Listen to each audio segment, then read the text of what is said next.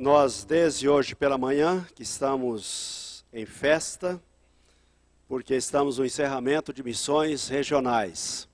Isso não quer dizer que nós não vamos continuar pensando e orando em favor de missões regionais, mas no esforço especial, nós estamos encerrando hoje a campanha. E o pastor Roberto esteve conosco, o pastor Betão, não é? Por favor, pastor Betão. Eu tenho dito isso para a glória de Deus. O pastor Eucleme Júnior é alguém que descobre talentos, pessoas que estão fazendo diferença. E ele disse misericórdia, mas na misericórdia do Senhor é que ele faz isso, né?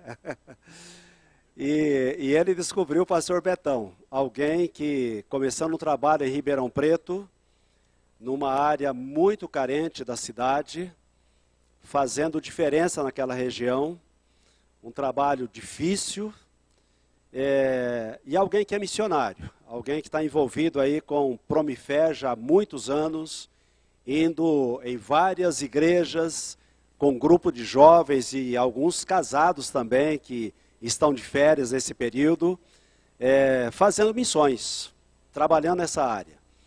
E o pastor Betão já esteve conosco, acho que 2 vezes depois do Promifé, não foi? Já 2 vezes depois do Promifé, e essa é a 3ª vez. E ele foi usado grandemente pelo Senhor Deus, na nossa vida, como igreja, nas outras vezes, hoje pela manhã, e certamente o será nesta hora também. Pastor Betão, que Deus possa usá-lo, abençoando grandemente na palavra. Amém. Pode deixar. Boa noite, igreja. Eu queria que a minha esposa trocasse de lugar. Ela é muito grande, eu não consigo vê-la dali. Eu quero ver você o tempo todo, senão eu fico inseguro. A minha esposa é essa coisa linda, maravilhosa que está trocando de lugar aí. Tá vendo? É a mulher mais bonita aqui. Ela chama Vilma, casada comigo já, eu não sei quantos anos. Quantos? Não vou falar não. 34 anos de casado. O pessoal olha pra gente e pensa que a gente é novinho, não é não? E é verdade, nós somos novinhos. Eu tenho 34 anos de casado. Boa noite, igreja. Saúdo a todos com a paz do nosso Senhor Jesus Cristo. É uma alegria realmente poder estar aqui. Eu me sinto muito honrado de estar nesse processo de adoção aqui com vocês. É muito gostoso, porque eu já me sinto praticamente de casa. Pós-Promifé não tem como a gente não se sentir assim. E hoje já fui incumbido de trazer uma mensagem de manhã. Trouxe também um relatóriozinho de como tem sido o trabalho lá no Ribeirão Verde. E agora eu me senti, como é que eu vou dizer? Me senti na obrigação de estar trazendo uma outra mensagem. E falar um pouquinho sobre relacionamento. Vocês podem tocar para mim o PowerPoint? Eu estou sem nada aqui, eu vou agradecer muito se vocês fizerem isso aí. Valeu, obrigado. Eu queria falar um pouco sobre relacionamento. É um tema bem interessante. Eu fui motivado, isso já tinha sido motivado hoje, antes de estar trazendo essa mensagem, mas depois das conversas com os rapazes lá no restaurante, deu para perceber que é isso mesmo que eu queria estar falando. E eu quero que ninguém, por favor, se escandalize, porque eu às vezes trago algumas coisas que, para provocar choque, impacto, entendeu? Mas devagarzinho a gente chega lá. A Renata está aqui, né? Só sinaliza. Oi, Renata. Ora por mim, hein, Renata, tá bom? Vamos orar agora. Senhor Deus, santo, santo, santo é o teu nome, Pai. O Senhor é 3 vezes santo. É difícil de a gente imaginar tamanha santidade. O Senhor é totalmente santo, Deus. Não existe nada impuro no Senhor. E nós queremos louvar o Senhor com essa mensagem, Deus. Tem misericórdia da minha vida, pecador que sou. Careço do teu cuidado, da tua mão, da tua orientação, de toda a tua instrução, Pai. Porque preciso ser transformado todo dia na minha vida. Eu peco, eu penso errado, eu falo errado. Às vezes eu tenho intenções que não são santas. Então, Pai, em nome de Jesus, que a sua palavra venha dominar esse momento, para que os nossos corações sejam transformados pelo teu amor, pelo teu cuidado, pelo teu zelo e pelo relacionamento que o Senhor tem conosco. Eu quero te louvar e te engrandecer em nome de Jesus, Deus. De tempos em tempos, a gente percebe que passa por situações de relacionamento que são muito incômodas.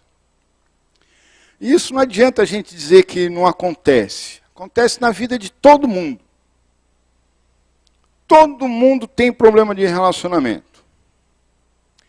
A gente tem problema de relacionamento em casa, a gente tem problema de relacionamento na escola, a gente tem problema de relacionamento com amizade, a gente tem problema de relacionamento com professor. E aí vocês põem na lista de vocês aí mais um monte de relacionamento que vocês podem ter problema. E um dos maiores medos que eu tenho, inclusive eu estava conversando com a Késia sobre esse tema hoje, é depois de ver tanta coisa errada, tanto problema, a gente passar a ser uma pessoa insensível. Não se incomodar mais com os problemas. O pastor tem um problema muito grande nesse sentido. O pastor ele trata de problemas que fogem da imaginação de vocês. Meus irmãos, eu não imaginava que a vida ministerial pudesse trazer para a gente tanta experiência assustadora. E olha que eu estou com uma igreja pequenininha. Pastora, eu vou orar pelo senhor também, porque eu tenho já um grupo de gente que ora por mim, eu agradeço muito por isso. Gente, vem assuntos para a gente que é assustador. E existe um medo muito grande de a gente ficar insensível com essas questões. E é difícil, relacionamento, mesmo porque a gente tem vontades, gostos diferentes. E parece que nem sempre a gente consegue chegar num acordo em alguns relacionamentos. Eu recebi um e-mail de um pastor amigo meu um tempo atrás, pedindo oração. Betão todo mundo já entendeu por quê, né? Amém. Vamos lá. Betão, a minha mulher está pedindo um divórcio para mim. Eu não estou me entendendo com ela. Ora por mim. Pastor, no ministério já há anos. Casado já há anos. Eu falei, mas o que está acontecendo? Ela não sei, cara, ela não quer mais, ela está cansada, ela está estressada, ela está isso, está aquilo. Ora por mim. E a gente entrou em processo de oração. É assustador a gente ouvir essas coisas. Eles já estão juntos novamente, graças a Deus não chegaram a separar. E a gente, quando olha para esses problemas, a gente gostaria, quando olhando para essas questões, eu queria hoje trabalhar 3 questionamentos. As perguntas que eu quero trabalhar estão no próximo slide, que diz assim, o que é relacionamento? O que a Bíblia diz sobre relacionamento? E como resolver problemas de relacionamento? Eu gosto de, normalmente, trazer uma pregação expositiva, hoje não vai ser. Hoje vai ser uma pregação temática. Mas, gente, vocês vão cansar de Bíblia comigo, porque eu não consigo trazer argumentos se não for da Bíblia. Amém? Então, o que é relacionamento? Próximo slide diz que é um ato ou efeito de relacionar. Dicionário Aurélio Michaelis, né? Ele é maravilhoso. Ficou pequenas letras? Dá para ler, não dá? Amém. Mas existem formas de relacionamento. A gente tem, o próximo slide, um relacionamento íntimo, o distante e o formal. O íntimo, as pessoas se expõem entre si em suas intimidades de forma recíproca. A gente tem isso no casamento. A gente tem isso no namoro. Não tão íntimo assim, jovens. Mas a gente tem essa intimidade de se conhecer, de se abrir, de abrir o coração, de entender um ao outro. Você não faz isso com qualquer pessoa. Você faz isso com um amigo. A gente tem um relacionamento que é distante. A gente evita a aproximação, a invasão das suas intimidades. Eu tenho esse cuidado porque eu não consigo entrar num relacionamento se a pessoa não abrir a porta. Eu não invado. Eu chego perto, eu chego até bater na porta. Mas eu só entro se a pessoa permitir. Esse é um zelo que eu tenho. Às vezes as pessoas não entendem. E a gente tem um relacionamento formal, que é imposto pelo momento ou pela função. É como você trata o patrão, é como você trata um empregado, é como você trata um cliente, é como você trata um professor. Ele é todo formal. Ele não tem essa intimidade e também não é tão distante assim. Aí a gente tem relacionamentos diversos desses: profissional, familiar, comercial, eclesiástico, conjugal, sexual, fraternal e entre outros aí um monte. Agora, a falta de relacionamento também é considerada um problema. Comentário de Dárcio Miranda, é um membro da Primeira Igreja Batista do Rio de Janeiro, slide 5. A inexistência de relacionamentos estigmatiza uma patologia da personalidade do indivíduo e, portanto, este carece de tratamento profissional adequado. A pessoa que não tem relacionamento, ela tem uma patologia, uma doença. Ela precisa ser tratada. Relacionamento é uma situação normal na vida do ser humano. Relacionamento está ligado ao comportamento humano. Nós nascemos com o relacionamento fazendo parte da nossa vida. Existe uma linha de pensamento que define o comportamento humano em um tripé. Próximo slide. Personalidade, temperamento e caráter. Personalidade é formado por dois aspectos, hereditários e ambientais. Hereditário é aquele que você recebe no seu DNA quando você nasce numa família. Você já tem essas características. Os ambientais são aqueles que vocês têm experiência de vida. Durante a vida você vai criando essa personalidade. E você tem o temperamento. O temperamento é a combinação das características que nós herdamos dos nossos pais. E são os estados de humor e as reações emocionais de uma pessoa, ou seja, o modo da pessoa ser. Temperamental, né? Mas o fato é que ninguém sabe onde reside o temperamento. Alguns acham que é num lugar no meio, na mente, no centro da emoção, ligada ao coração. Mas não sabe se definir exatamente. E por fim, o caráter. Influenciado pelo temperamento e pela personalidade. É o conjunto das qualidades boas e más de um indivíduo, que lhe determina a conduta e como a pessoa age. Ou seja, relacionamento tem tudo a ver com essas questões. Agora vamos tentar a classificação de temperamento. Você já deve ter ouvido isso daí. Já ouviram falar de um tal de Hipócrates? Hipócrates, considerado o pai da medicina. Acho que alguém aqui é da medicina, né? Quem é da medicina aqui? Não tem ninguém da medicina aqui? Eu acho, não? Não, eu vi um bracinho lá no fundo, parece que ergueu, mas impressão.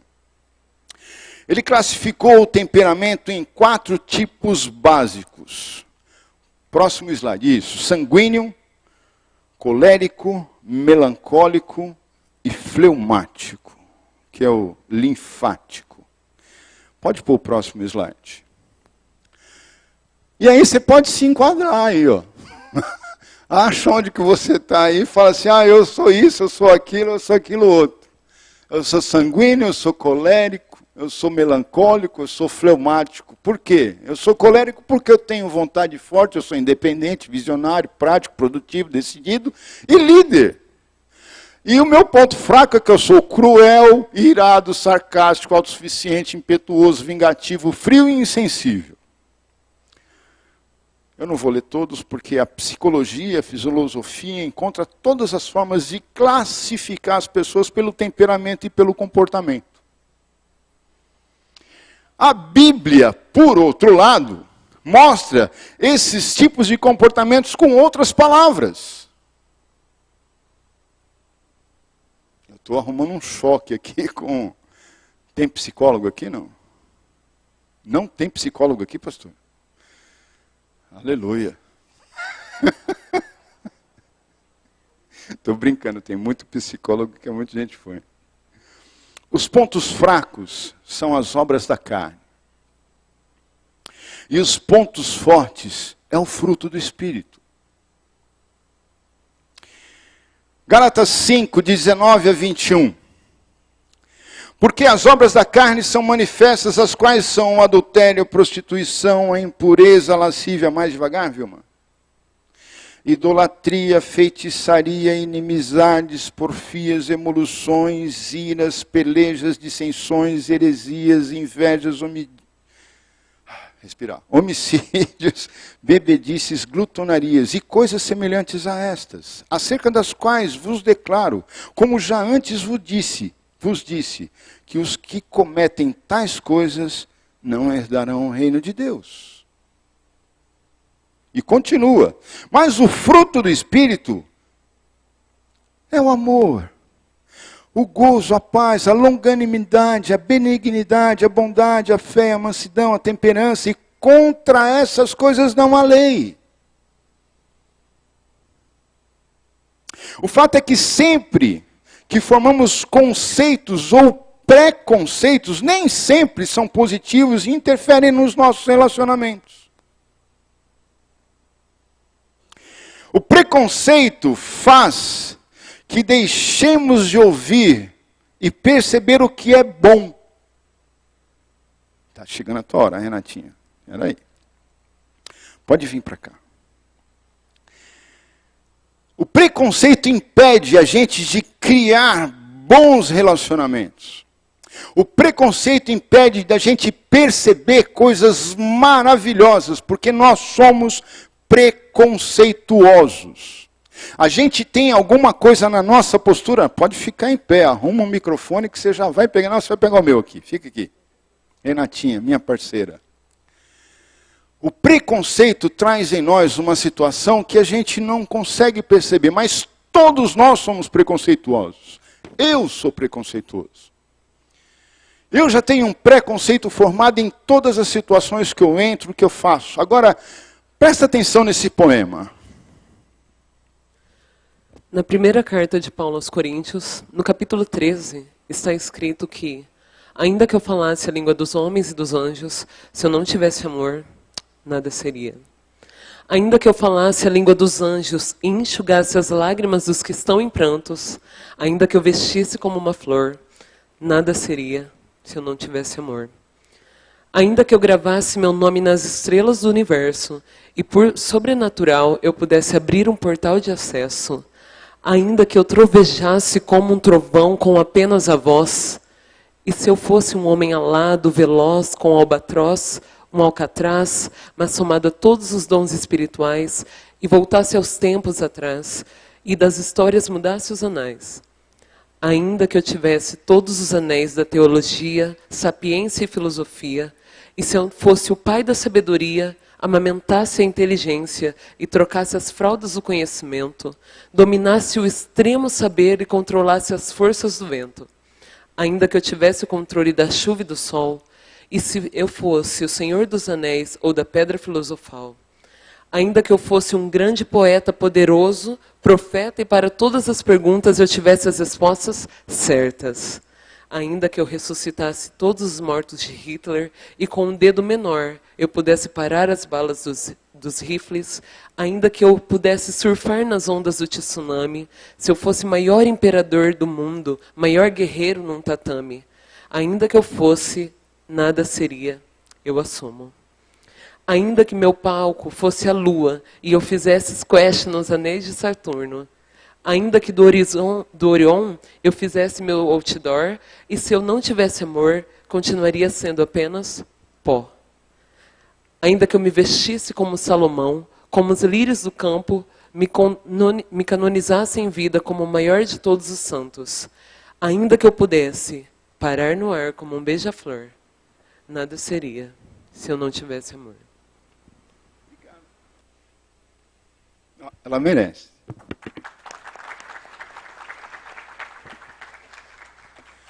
O que vocês acharam desse poema? É bonito? Alguém conhece? Sabe de quem que é esse poema? Você sabe de quem que é? Não? Alguém sabe de quem é esse poema? Você tem um vídeo aí, não tem? Solta o vídeo para mim. Eu vou te apresentar o autor do poema. Na primeira carta de Paulo aos Coríntios, No capítulo 13 está escrito: ainda que eu falasse a língua dos homens e dos anjos, se eu não tivesse amor, eu nada seria. Ainda que eu falasse a língua dos anjos, enxugasse as lágrimas dos que estão em prantos, ainda que eu vestisse como veste a flor, nada seria se eu não tivesse amor. Irmão. Ainda que eu gravasse meu nome nas estrelas do universo e pro sobrenatural eu pudesse abrir um portal de acesso, ainda que eu trovejasse como um trovão com apenas a voz, e se eu fosse um homem alado, veloz como o albatroz, o alcatraz, mais somado a todos os dons espirituais, e voltasse aos tempos atrás e das histórias mudasse os anais, ainda que eu tivesse todos os anéis de teologia, sapiência e filosofia, e se eu fosse o pai da sabedoria, amamentasse a inteligência, trocasse as fraldas do conhecimento, dominasse o extremo saber e controlasse as forças do vento, ainda que eu tivesse o controle da chuva e do sol, e se eu fosse o Senhor dos Anéis ou da pedra filosofal, ainda que eu fosse um grande poeta, um poderoso profeta, e para todas as perguntas eu tivesse as respostas certas, ainda que eu ressuscitasse todos os mortos de Hitler, e com o dedo menor eu pudesse parar as balas de rifle, ainda que eu pudesse surfar nas ondas do tsunami, se eu fosse o maior imperador do mundo, o maior guerreiro de um tatame, ainda que eu fosse nada seria o assumo, ainda que meu palco fosse a lua e eu fizesse squat nos anéis de Saturno, ainda que do Orion eu fizesse o meu outdoor, se eu não tivesse amor continuaria sendo apenas o pó, ainda que eu me vestisse como Salomão ou como os lírios do campo e me canonizasse em vida como o maior de todos os santos, ainda que eu pudesse parar no ar como um beija-flor, nada seria se eu não tivesse amor. Nada, irmão, nada. E vai embora. Pode Pode parar. Quem imaginava que isso poderia ser um poema de um repeiro? Levanta o braço. Quem não gosta de rap? Pode levantar o braço, viu, irmão? Eu gosto. Mas eu não deixo ninguém cantar rap no louvor. Só que toda vez que eu ouço um rap, eu fico impressionado com a capacidade que eles têm de mostrar o evangelho de uma forma descarada. É assustador como o poema desses caras tem conteúdo. Se você for comparar com um monte de louvor, desculpa o termo, gente, com muito amor eu vou falar isso, com um monte de louvorzinho que a gente vê sendo composto hoje, não dá para comparar, tem conteúdo. Mas a gente não ouve porque a gente é preconceituoso.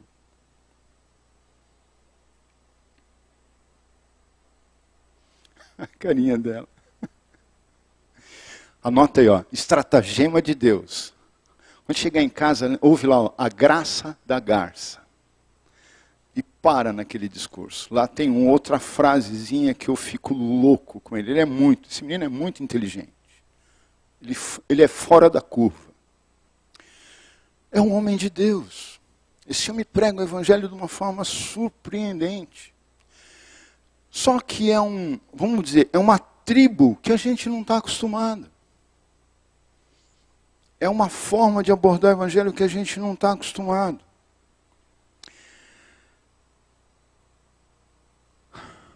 A ideia é a gente perceber que a nossa mente constrói uma cosmovisão tão cheia de conceito e de preconceito que às vezes a gente cria julgamento que não são corretos.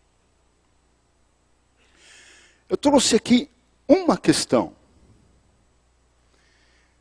Mas o preconceito ele vai muito além disso. O nosso preconceito ele vai no gordinho, ou no magrinho, ou no escurinho, ou no olhinho puxado. Eu lembro uma vez que eu fui pregar na rua, Promifé, meus irmãos, desculpa, eu não consigo ficar sem falar do Promifé. Fui uma vez pregar na rua, um rapaz chegou na minha frente, ele tinha tatuagem aqui, ó.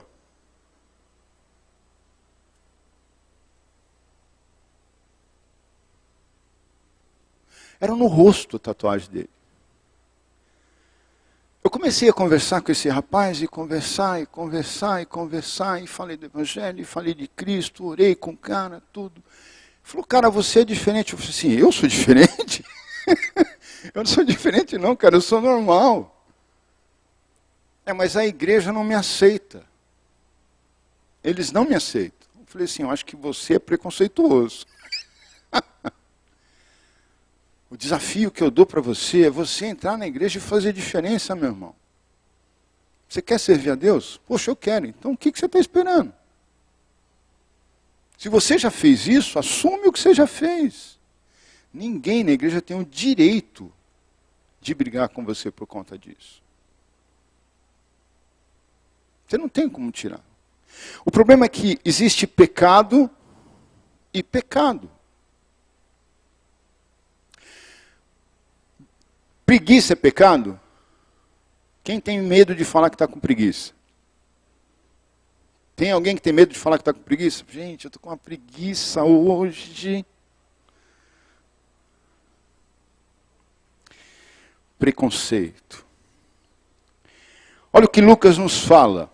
E chegaram a ele todos os publicanos e os pecadores para ouvir, e os fariseus e os escribas murmuraram, dizendo: este recebe pecadores e come com eles. Fariseus e escribas tinham um relacionamento complicado com os publicanos e os pecadores. E por conta disso, nenhum conceito definido de que Jesus recebia pecadores e comia com eles era algo que eles entendiam como errado. A religiosidade imperava nesses caras. No capítulo 15 de Lucas, Jesus fala por parábolas. Ele fala a parábola da ovelha e da dracma perdida. Depois ele vai lá e fala da alegria. Ele mostra a alegria do reino de Deus quando um pecador se arrepende. Nessas duas parábolas. Em seguida ele fala a palavra do filho pródigo. Onde o pai sofre quando percebe que os seus filhos, detalhe, os seus filhos, os dois filhos, em momentos distintos estavam mortos espiritualmente. Porque não tinham relacionamento honesto com ele. O primeiro filho chega para o pai e fala assim: pai, eu desejo que o senhor morra, me dá minha parte da herança que eu quero ir embora. Quando você pede a herança do pai, você está querendo que ele morra, né? Vocês não entenderam essa tradução, essa é a revista atualizada Betão. O segundo filho, quando ele percebe aquela situação, ele fala assim: esse teu filho que gastou todo o dinheiro lá, o senhor está chegando e recebendo ele, fazendo isso. Qual era o relacionamento que ele tinha com esse filho? E o triste é que esse texto retrata o nosso relacionamento com Deus. Quando o pai corre em direção ao filho, no primeiro filho, quando ele volta, qual pai correria de encontro com o filho que volta arrependido depois do filho ter falado assim: eu quero que o senhor morra? O pai se humilha para receber o filho de volta. Só Deus faz isso por nós.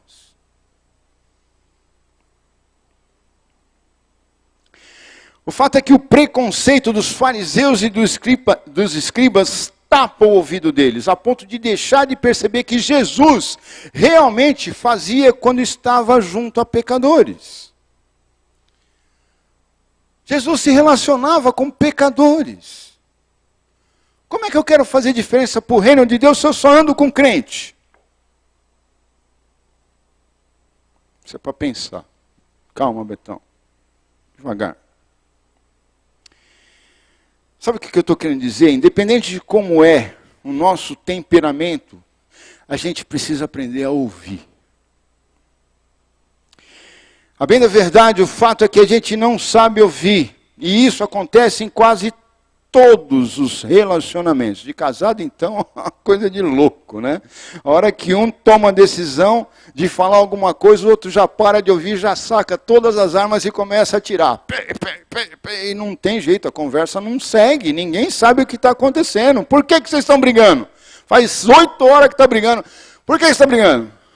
Ah, nem lembro. O negócio é brigar. Eu estou falando de experiência própria. Eu já briguei com a minha mulher das 10 da manhã até as 2 horas da manhã. Para chegar às 2 horas da manhã, eu não sei se eu já falei isso aqui, mas eu vou falar. Eu briguei com ela das 10 da manhã até as 2 horas da manhã. Eu estava deitado na cama. Eu falei, virei para o lado, falei assim, Deus, não dá. Não aguento mais. Eu vou virar, eu vou fechar a mão, eu vou dar bem no meio do nariz dela. Mas eu vou bater nela com tanto gosto, Deus, que eu não estou aguentando. Ela não é insuportável, ela não me entende. Aí Deus falou assim para mim, fala para ela que você ama ela. Mas agora, Senhor. Fala que você ama ela. Aí eu virei para ela e falei assim, olha, eu te amo. Ela ficou toda derretida. Eu também te amo. Desculpa. Por que a gente está brigando? Ah, nem sei.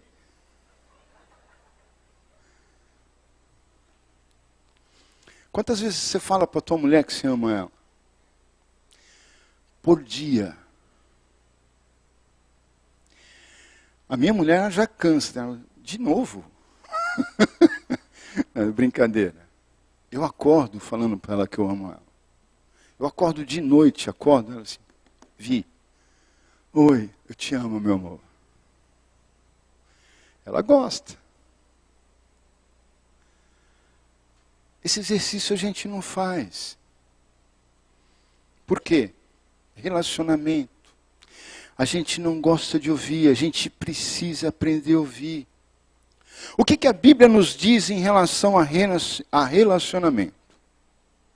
Deus criou tudo, todas as coisas. Deus criou o céu, a terra, o mar, o homem, a imagem e a semelhança dele, do caráter dele. Então agora vem um monte de versículos, eu vou ler todos eles aqui. Ó. No princípio Deus criou o céu e a terra, e ele disse, façamos o homem à nossa imagem, conforme a nossa semelhança. Criou, pois, Deus o homem à sua imagem, a imagem de Deus o criou, homem e mulher os criou. Depois, vamos lá, Isaías 42, assim diz o Senhor, que criou os céus e os desenrolou, e estendeu à terra o que dela procede, que dá respiração ao povo e que nela está, e o espírito aos que andam nela.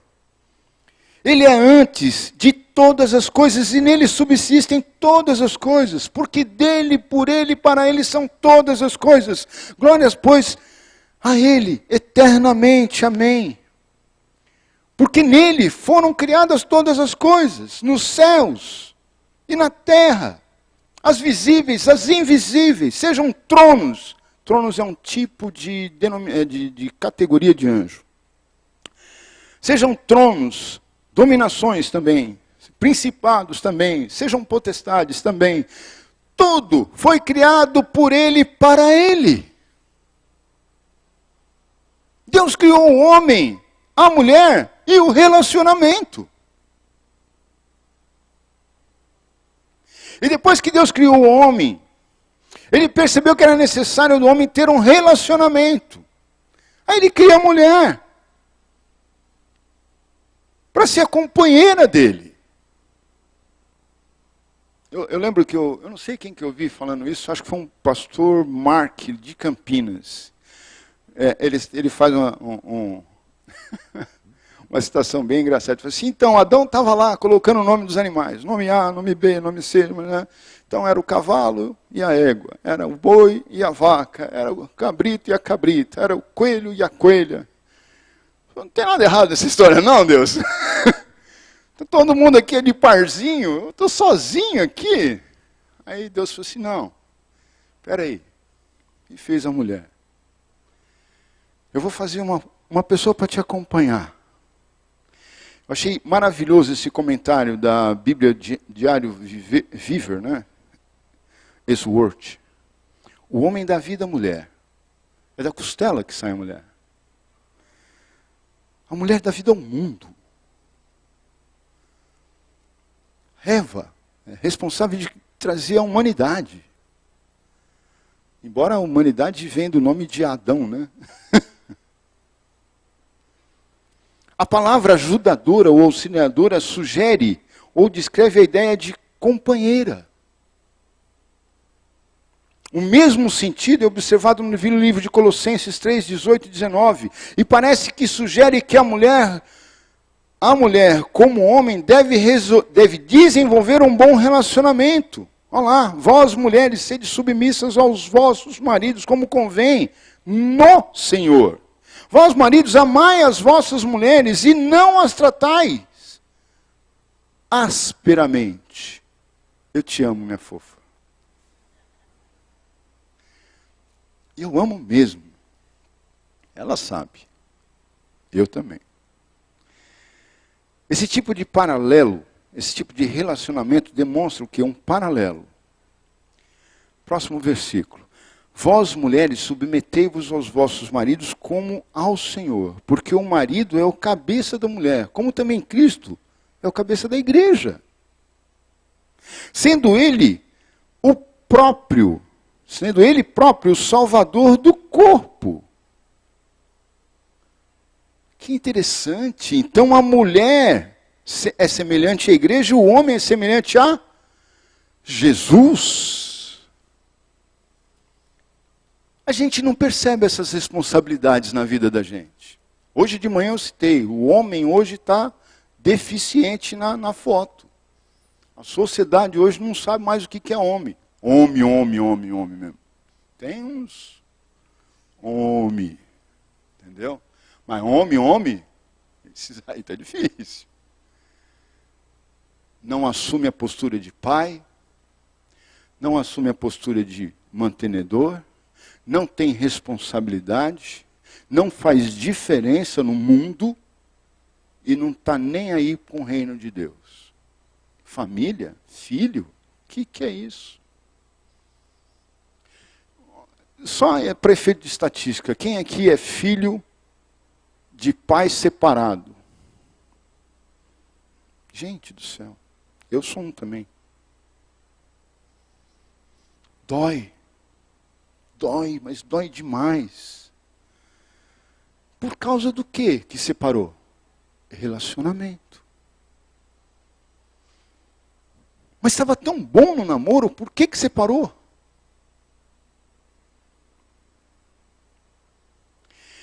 Deus também figura em toda a história como um ajudador e auxiliador do seu povo. Ou seja, Deus se coloca na condição de ajudador do seu povo. Deus está toda hora fazendo diferença para ajudar o povo dele. O povo nega ele, o povo trata ele mal, o povo some dele, o povo chega a ser chamado de adúltero. Mas Deus ainda vai atrás do povo. Depois da queda do homem, o relacionamento entre Deus e o homem fica difícil. E por conta do pecado de Adão, o efeito da maldição do pecado, separa o homem de Deus.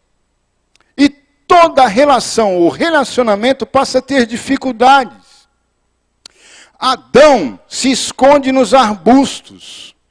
Eu estou com vergonha, Senhor. Caim não ouve os conselhos de Deus. Ele mata Abel. Caim, presta atenção. Por que você está assim tão irado? O pecado está batendo na porta. Domina o pecado. Você não vai fazer nada de errado. Deus sai, ele vai e mata o irmão dele. Será que ele ouviu Deus falar? O que inflama esses corações? E a Bíblia é repleta de história que mostra claramente a falta de relacionamento do homem com Deus. E as consequências dessa relação.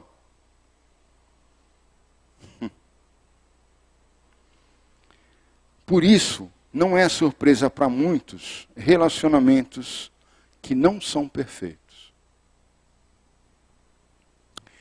E quanto mais nós estivermos distanciados da presença de Deus, todo e qualquer relacionamento fica mais e mais complicado.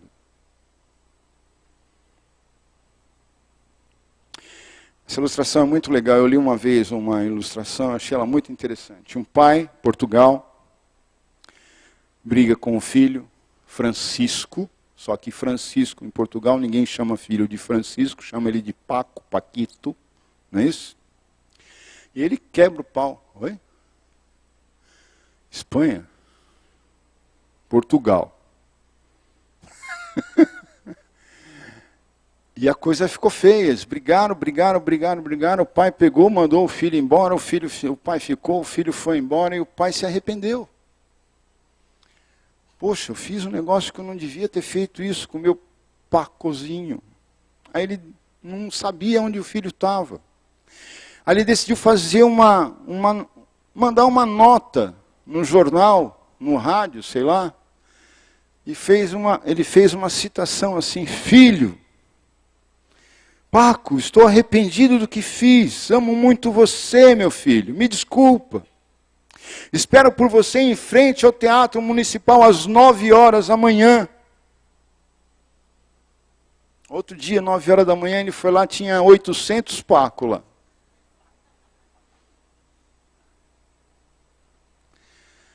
É crônico isso, gente. Relacionamento é crônico. A gente lê na Bíblia que a gente não deve irritar os nossos filhos. Como é que a gente trata o relacionamento com o filho? Teu filho é teu amigo, teu companheiro, teu filho, teu inimigo, o cara que disputa a mesma mulher com você.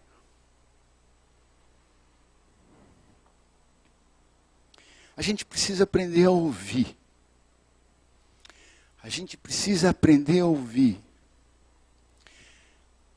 A gente às vezes passa por alguns momentos de aconselhamento com casais e a gente fala assim: você consegue ouvir ela? Eu falo, não. Mas como é que vocês conversam? Não, a gente não conversa, a gente briga.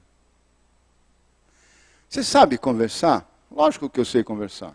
Como é que você conversa? Ela fala comigo, eu brigo com ela. Aí ela briga comigo, eu brigo com ela, ela briga comigo, eu brigo com ela, mas você ouve ela falar? Isso é um exercício, gente. Eu aprendi muito com isso daí. Eu aprendi isso com uma psicóloga. Olha. Queimei a língua agora, né? Ouve primeiro. Ouve o que está sendo falado para você. Olha, você fez isso, você é isso, você fez aquilo, aquilo e aquilo. Você ouviu? Aí você devolve para a pessoa. Você está dizendo que eu fiz isso, que eu sou isso e aquilo. Aí você responde. Esse é o processo de conversa. Porque normalmente funciona assim: olha, você fez isso e aquilo, e você fez assado assim, não sei o que mais. Não, mas você é assim, você é aquilo, mas você também é assim, você é aquilo. E aí fica, das 10 da manhã até as 2 da manhã. Porque não consegue ouvir.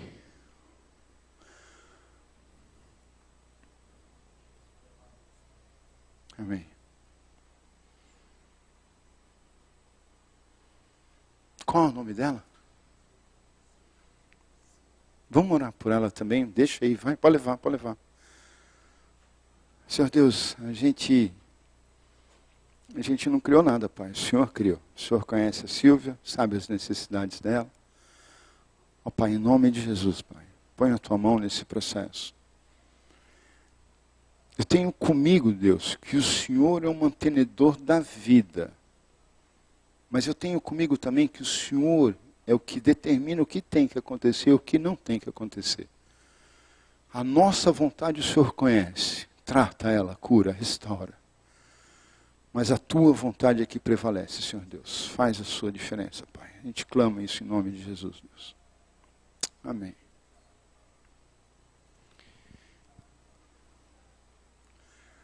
A gente precisa aprender a ouvir. A gente aprendendo a ouvir, a gente aprende a conversar. Agora, como que eu posso resolver um problema de relacionamento? Em primeiro lugar, a gente precisa de Deus. C.S. Lewis diz assim: essa relação primária vertical é fundamental para tudo o que a Bíblia diz sobre relacionamentos.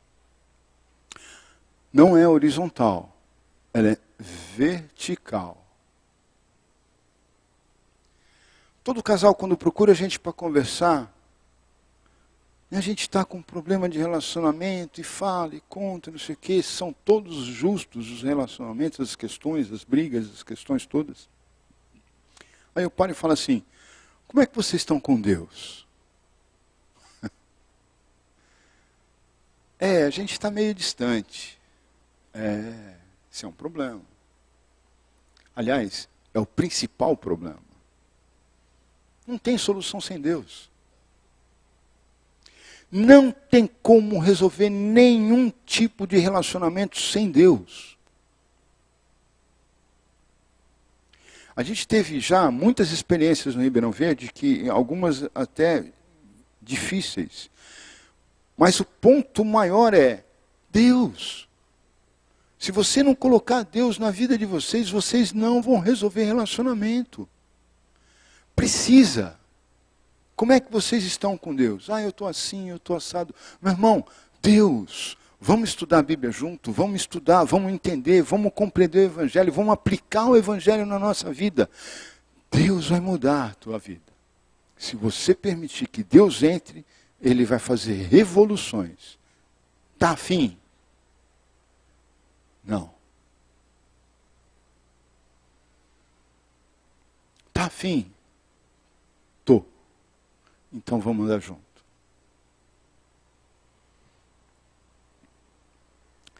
Mateus 6, 33. Mas buscai primeiro o reino de Deus e a sua justiça, e todas essas coisas vos serão acrescentadas. Esse texto é legal, quando ele tira do contexto, ele vira uma loucura, né? Mas vamos lá. Relacionamento com Deus. Buscai primeiro relacionamento com Deus. Você não vai passar por necessidade, meu irmão. Deus te sustenta. Deus te dá roupa. Deus te dá comida. Deus te dá guarida. Deus te dá inteligência. Te dá capacidade de trabalhar para você se sustentar e sustentar a tua família. Deus. Colossenses 1:18. Ele é a cabeça do corpo, da igreja, é o princípio e o primogênito dentre os mortos, para que em tudo tenha preeminência. É com Ele que eu quero me relacionar. E sem Ele não tem jeito. João 15:5, eu sou a videira e vós as varas. Quem está em mim e eu nele, esse dá muito fruto. Porque sem mim nada podeis fazer. Depois eu preciso até fazer uma discussão teológica com o pastor. Fruto para mim é transformação de caráter. Não é sair brotando crente para lá e para cá. Fruto para mim é parar de ser um tranqueira e começar a ser um cara digno de ser casado com a mulher que está do teu lado. Tem muita gente que interpreta fruto de uma outra forma, eu ainda tenho dificuldade. Às vezes até eu entendo que a gente tem que realmente evangelizar, falar tudo, e eu gosto de fazer isso. Mas fruto para mim, caráter transformado. Mas o fruto do Espírito é o amor, o gozo, a paz, a longanimidade, a benignidade, a bondade, a fé, a mansidão e temperança. Contra essas coisas não há lei. Qual relacionamento tem problema com esse comportamento? Por quê? Porque eu tenho amor.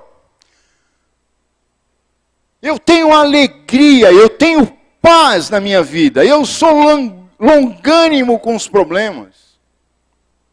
Eu tenho benignidade nas minhas atitudes, bondade, fé, mansidão e domínio próprio. É agora. Meninas, segurem as tamancas, hein? Domínio próprio. Vocês conhecem, naqueles dias o negócio é feio, né? Eu já passei dessa fase. Aliás, eu não, minha mulher. Graças a Deus. Quem sabe e entende em Libras está entendendo o que eu estou dizendo. Tem uns homens aqui que entenderam também, viu?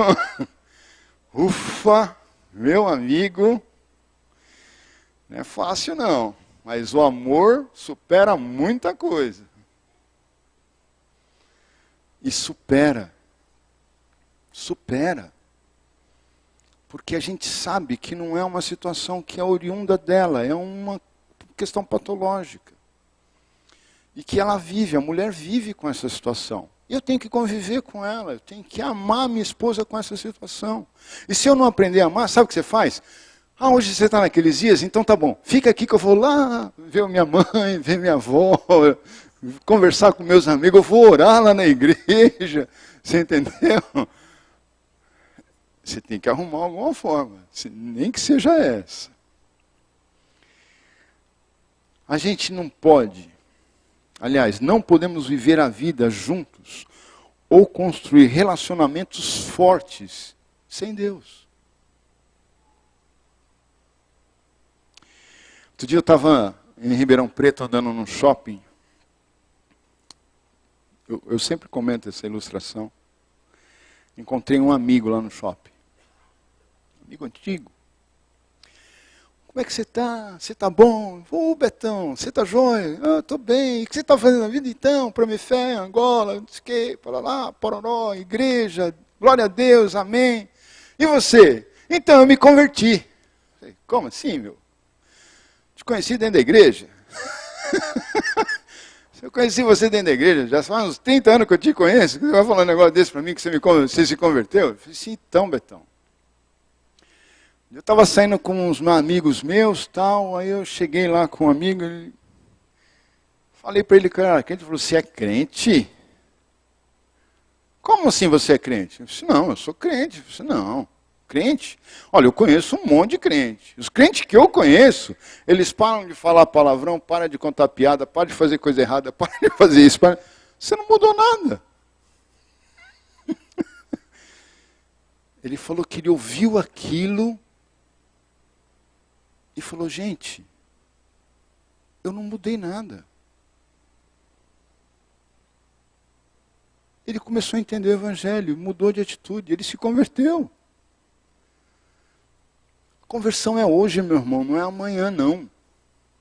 E eu vou dizer um negócio para vocês. Eu estava conversando com um pastor hoje. Vocês sabem o que é graça barata? Eu já falei isso aqui. Ou pelo menos no Promifé. Graça barata é desmerecer o valor, o preço de Jesus na cruz. É começar a chegar, a andar com Deus sem entender o que é pecado. Sem renunciar à vida de pecado. É começar a andar na igreja e achar que a religiosidade é suficiente para me colocar na bandeirinha ou na minha carteirinha o carimbo de que eu estou salvo.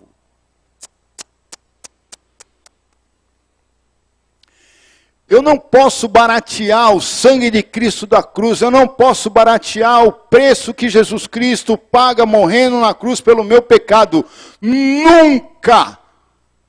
Ou eu me arrependo dos meus pecados e reconheço Ele como Deus, ou eu nunca vou ser salvo. Nunca! Se você chegou para o Evangelho e não entendeu que você tem que se arrepender dos seus pecados, renunciar à vida de pecado e começar a viver para Deus, rever os seus conceitos que você está na igreja errada, você está seguindo o Deus errado, você está entendendo Deus completamente equivocado. Ter Jesus como Senhor e Salvador de sua vida gera mudança de caráter. Mudança de caráter interfere diretamente com comportamento e relacionamento. Mudança de caráter tem um testemunho muito diferente. Eu era assim, agora eu não sou mais. Eu roubava, eu não roubo. Eu mentia, eu não minto. Eu fazia coisas do mal, hoje eu não faço mais. O meu caráter era ruim, hoje ele é transformado. Hoje eu compreendo melhor a minha esposa, os meus filhos. Eu tenho um relacionamento bom com a minha família. No meu trabalho. Na faculdade. Até com os BO que a gente tem hoje aí para tudo quanto é lado, que a gente não pode nem abrir a boca, porque a gente pode até ser processado. Mas a gente tem que aprender a se relacionar até com essas situações. Senão a gente não faz diferença. O fato é que quando a gente entrega a vida para Jesus, a gente passa a ouvir a palavra. E o nosso caráter é transformado. Se você se julga convertido e a tua vida está assim, não tenha dúvida. Você não é um cara convertido. Ou você está vivendo em pecado e não consegue entender. Rever esses conceitos. Agora, se você não é convertido, definitivamente, tudo que eu estou dizendo aqui agora não está valendo de nada, nada, nada. Gente, já estou cansado de ouvir esse cara falar de relacionamento, onde já se viu Jesus Cristo, cruz, sangue. Para com isso, eu quero ir embora, comer minha pizza, domingão desse. O cristão, quando ouve isso daqui, dói, incomoda. Por quê? Porque não é fácil. Eu vou ensinar um negócio para vocês, que eu aprendi outro dia, lá no Josué. No Josué, acho que foi. Senhor Deus, purifica minha mente. Você começa a pensar algo está errado, você diz, Senhor Deus, purifica minha mente. Lembra disso na hora que você está fazendo alguma coisa errada. É a hora que você está pedindo para Deus te abençoar, para perdoar os seus pecados. A Bíblia ensina princípios para a gente. A Bíblia ensina a falar a verdade. Tem isso. Falar a verdade, aí estão os endereços. Ensina a gente a não falar mal dos outros, a suportar um ao outro, a perdoar, a amar um ao outro, a ter igualdade, a honrar uns aos outros. São princípios que a gente tem que aplicar na vida da gente. São princípios que a gente tem que ler, reler, mas aplicar não é só ler não. Viver esses princípios. E quando a gente aplica esses princípios nas nossas vidas, a gente gera mudança, transformação. De novo, a palavra metanoia, que por incrível que pareça, está diretamente ligada com a palavra arrependei-vos. E quando a gente percebe essas mudanças, são mudanças práticas, elas são necessárias para uma nova vida, uma nova atitude. E os nossos relacionamentos se transformam, mudam. Leon Tolstói. Todos pensam em mudar a humanidade. E ninguém pensa em mudar a si mesmo. Ô Vilma, não dá, não aguento mais. Você precisa parar de fazer isso. Como é que você faz um negócio desse comigo, né? Sei que tem que mudar. Você tem que parar de fazer isso também. Não, meu irmão. Muda você. Eu já tive que falar um dia para minha esposa, eu gosto de você do jeito que você é. Se você mudar, não vai dar certo. Me perdoa. Eu estou errado. É difícil fazer isso, meu irmão. Eu estou falando isso porque eu fiz isso debaixo de muito choro. Colocar a imagem. Vê essa imagem agora. Internet é ótimo. Olha o texto que vem em seguida. E por que reparas tu num arqueiro que está no olho do teu irmão e não vês a trave que está no teu olho? Ou como dirás o teu irmão, deixa-me tirar o arqueiro do teu olho, estando uma trave no teu? Hipócrita! Tira primeiro a trave do teu olho, e então cuidarás em tirar o arqueiro que está no olho do teu irmão. Cada um de nós é tentado a fazer relações por interesse. Relacionamento não funciona com interesse. Agora, a melhor frase que eu peguei até hoje, essa daí veio de uma célebre, presta atenção no nome dela lá, Vilma Inês Marques dos Reis, conhece? Essa mulher é fantástica. Porque é fácil brigar com alguém que a gente gosta e tem bom relacionamento, ou até mesmo um relacionamento íntimo. E não brigar com o nosso superior, chefe ou patrão. É uma pergunta, né? Eu li errado. Acho que é porque a gente depende dele. E é uma verdade. Por que é fácil brigar com alguém que a gente gosta e tem bom relacionamento, ou até relacionamento íntimo? E não brigar com o nosso superior, chefe ou patrão?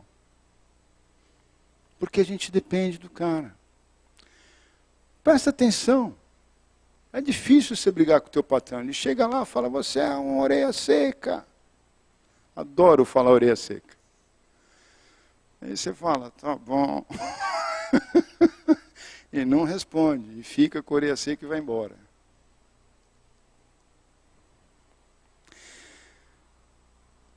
O fim justifica os meios. Vocês já ouviram essa frase?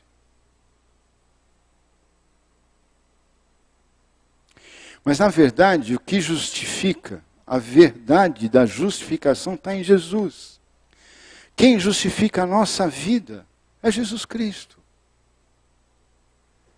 Esse realmente justifica.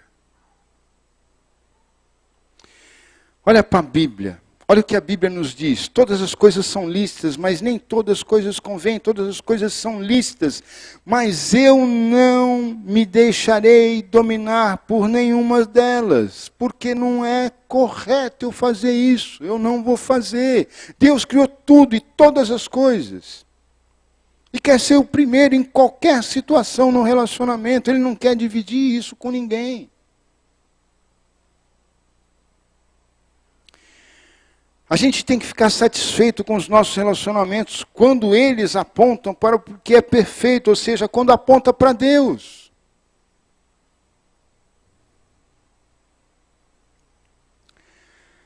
Salmo 73, 25. Quem tenho eu no céu, senão a ti? E na terra, não há quem eu deseje além de ti.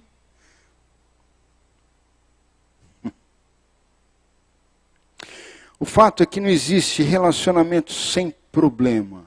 Todo relacionamento tem problema. E a gente precisa aprender. A saúde e a maturidade de um relacionamento não são medidas pela ausência de problemas, mas pela forma de como os problemas são tratados. A gente tem que aprender a enfrentar o problema de frente. Tenha criatividade. É fácil a gente ficar frustrado, desistir e ir embora. Mas não é assim que se resolve. Presta atenção. Ainda bem que Jesus não pensa que nem a gente. Porque se ele pensasse que nem a gente, estava todo mundo morto. Lê a Bíblia. Lê o Velho Testamento. Fala para a gente se a gente é digno dessa graça.